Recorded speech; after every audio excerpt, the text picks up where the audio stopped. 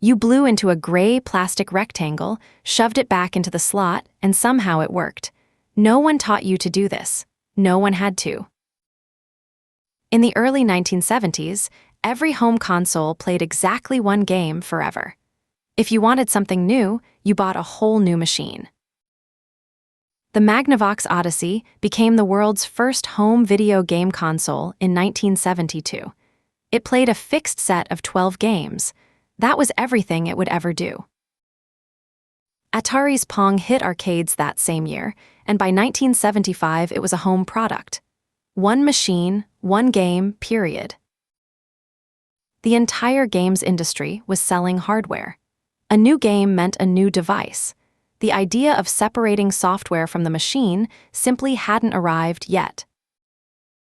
By the mid-1970s, an engineer named Jerry Lawson was heading up the consumer video games division at Fairchild Semiconductor in Silicon Valley. He was one of the only black engineers in the valley. Lawson had already wired a coin-operated game called Demolition Derby in his garage from scratch. He understood electronics not as a subject, but as a language. Fairchild wanted to build a home console. The question nobody had answered: how do you let people play different games without making them buy a different machine each time? His answer was elegant. Put the game's code on its own circuit board inside a plastic shell and give the console a slot to receive it. The hard part wasn't the concept. It was making the electrical connection between cartridge and console work reliably through thousands of insertions. That took months of engineering. In 1976, Fairchild released the Video Entertainment System, later renamed the Channel F, the first home console in history with a swappable ROM cartridge slot. The press barely noticed. The Channel F sold modestly, but it had introduced a revolutionary idea that a game and a console could be two separate things. Atari had been building its own programmable console across the valley. The Channel F's arrival accelerated the timeline. In September 1977, the Atari VCS reached shelves. When Atari secured Space Invaders as a home console exclusive in 1980, VCS sales quadrupled in a single year. One cartridge had proven the format's power. The business logic clicked into place. Sell the console at a slim margin, make endless money on the cartridges. That model would define the games industry for decades. Activision launched in 1979, founded by Atari programmers who had quit. It proved anyone could make cartridges for the VCS. Within years, hundreds of developers poured in. By 1982, stores were flooded with titles. E.T. the Extraterrestrial was rushed to cartridge in 5 weeks.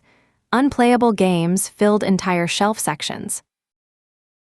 In 1983, the North American market collapsed. By some accounts, revenue fell roughly 97% over 2 years. Retailers abandoned the category entirely.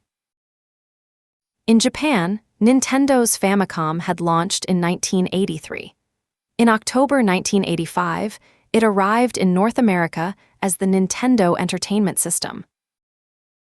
Inside every NES cartridge, Nintendo embedded a custom chip called the 10NES. A matching chip lived in every console. The two had to authenticate each other, or the game refused to run. This wasn't just piracy prevention. The 10NES blocked any publisher who hadn't signed a Nintendo licensing agreement. Quality control became mandatory, not optional. Nintendo limited developers to 5 new titles per year. Games that reached shelves were tested and vetted. The chaotic flood slowed to a controlled stream. Within a few years, Nintendo had done something remarkable. It restored consumer confidence in the game cartridge. By 1990, the NES was in roughly 1 in 3 American homes. There was still a problem no chip could fix. After months of play, cartridges became unreliable. You'd push the game in, power on the console, and get a blinking screen. So a generation of children independently invented the same solution. You pulled the cartridge out, blew into it, reinserted it, and hoped. Every kid discovered this on their own. The real culprit was the edge connector, the gold-plated contacts at the cartridge's base. Oxidation, skin oil, and debris broke the electrical connection over time. Human breath carries moisture, and moisture accelerates metal corrosion.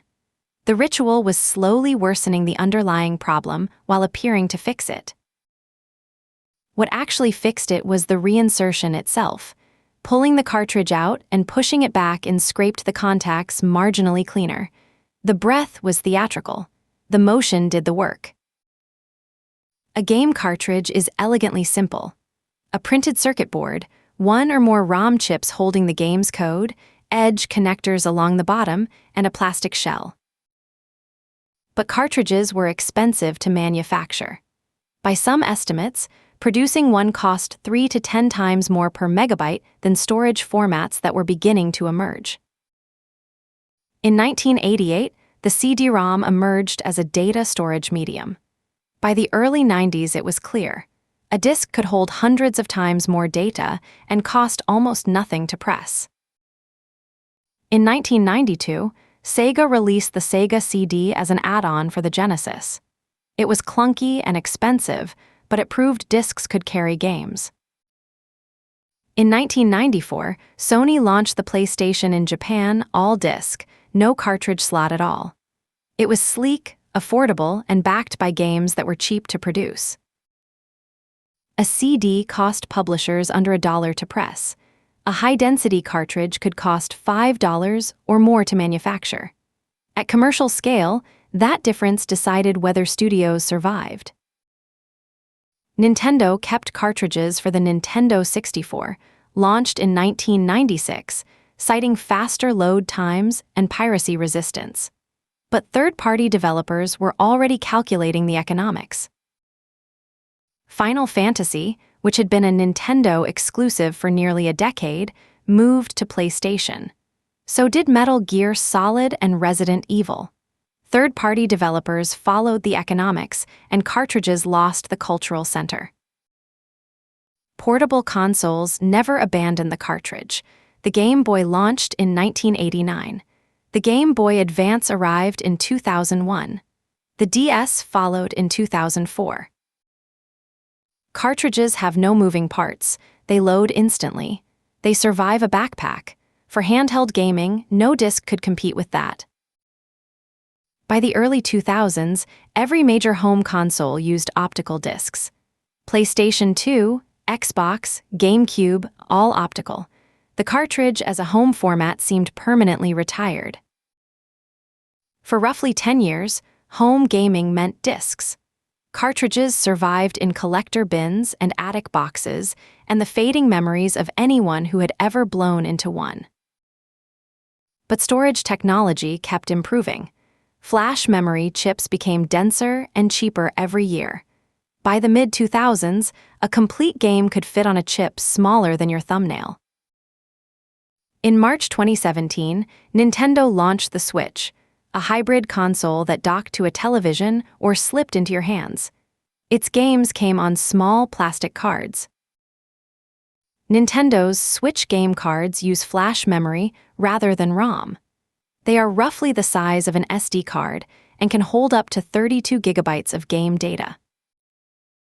Nintendo coated the cards in denatonium benzoate, reportedly the most bitter substance known to science, to stop small children from swallowing them. A very deliberate design choice. Flash memory had narrowed the cost gap with optical discs enough to make cartridges viable again. And for a device you carry in your pocket, a spinning disc was never an option. In April 2011, the Computer History Museum honored Jerry Lawson for inventing the ROM game cartridge. He died just weeks later, at the age of 70. Lawson hadn't invented a plastic shell. He had invented the concept of interchangeable game software, the idea that content and hardware are separate things. Every console since is built on that premise. From a Fairchild engineering challenge in 1976 to a global industry collapse to a lockout chip war to an era of discs to a quiet revival, the cartridge refused to be finished. Somewhere right now, someone is blowing into a cartridge. Maybe a Super Nintendo game, maybe an N64, maybe a Switch card that confused a kid. The ritual outlasted the reason for it. The device that launched a trillion-dollar industry fit in a human palm. It was invented by a man most people have never heard of. That's usually how the big ones work. This is Origins. Subscribe and come back tomorrow. There's a new origin every single morning.